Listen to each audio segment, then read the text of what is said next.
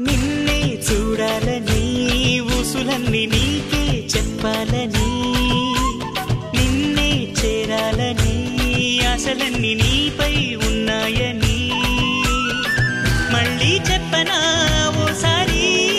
మనసే విప్పనా దరిచేరి ఎదలో ప్రేమని వినవా కన్యకుమారి ఏహే ఎదురే రామరి